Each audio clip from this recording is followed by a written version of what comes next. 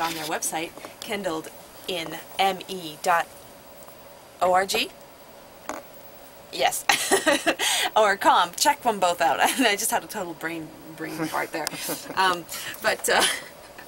Peter talked a little bit about the Bioneers Conference, but he'd like to talk a little bit about his own work. So tell us a little bit about what you do. Well, I have two organizations. One's called the World Ocean Observatory, which is a global information service about the ocean, and that was the website I gave earlier, www.THEW2.net. And that connects really all over the world with information and educational services about the ocean defined as an integrated global social system, not just as an ecosystem with focus on species and habitat and local territories. But what happens is that if you start to look at the ocean as one ocean and not multiple oceans, and if you look at it as a social system instead of an ecosystem, you understand that it is the determinate system in which we all live and depend on. For example, it's key to freshwater. It is actually the way that the whole hydrological cycle works. So Al Gore, God bless him, did great work, but the fact is he got the science wrong.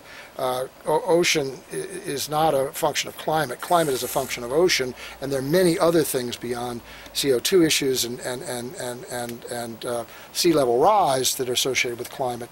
For example, acidification. If you change the pH in the acid in the ocean just a fraction, you actually modify the entire food chain. And it has a terrible impact on the production of protein, of marine protein, on which most of the world subsists. The other organization I run, which was also interesting, it's called the Ocean Classroom Foundation. It's here in Maine at Boothbay Harbor, and it's the absolutely opposite. It's not a virtual organization accessed by people from 155 countries, but it is on the water on 3 schooners, in which we provide accredited education programs at sea in order to build leaders for the sustainable ocean. So we have high school programs, GAP programs, and college-level credit programs at sea on historic schooners, where you get not only the credit, but you get the experience of being at sea.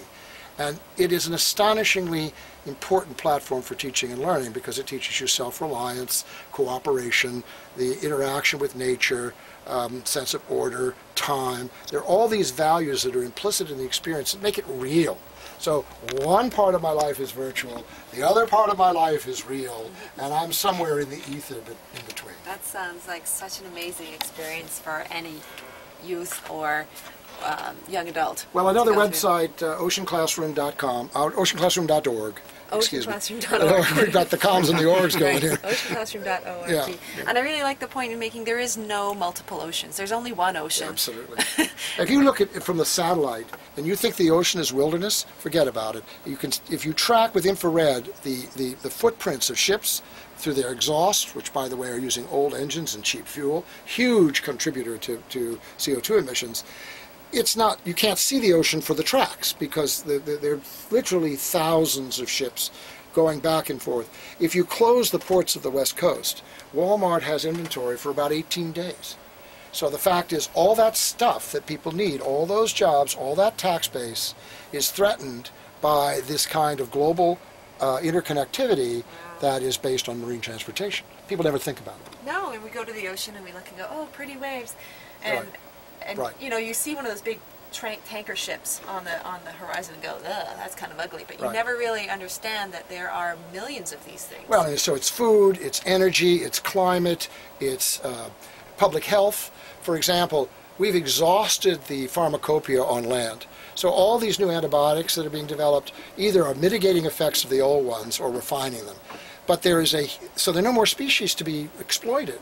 Whereas the census of marine life is finding literally hundreds of thousands of new organisms in the ocean every year.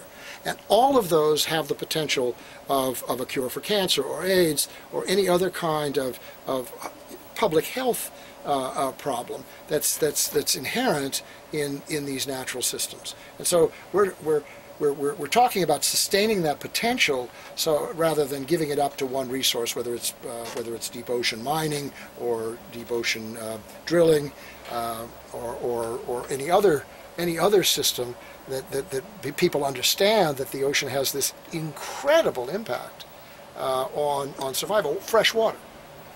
Fresh water is there's 3% of the water in the world is fresh. 2% of it is locked in the Arctic caps. So the entire world population is existing on 1% of the water in the world that's fresh, which means, and fresh water is the only commodity that every human being needs in exactly the same amount every day, everywhere, to survive. Right. Well, the organizations that look at fresh water and the organizations that look at ocean water, salt water, they don't talk. They actually draw the line at the salt line.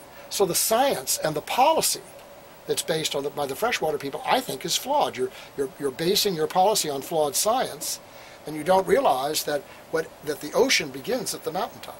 Everything ends there.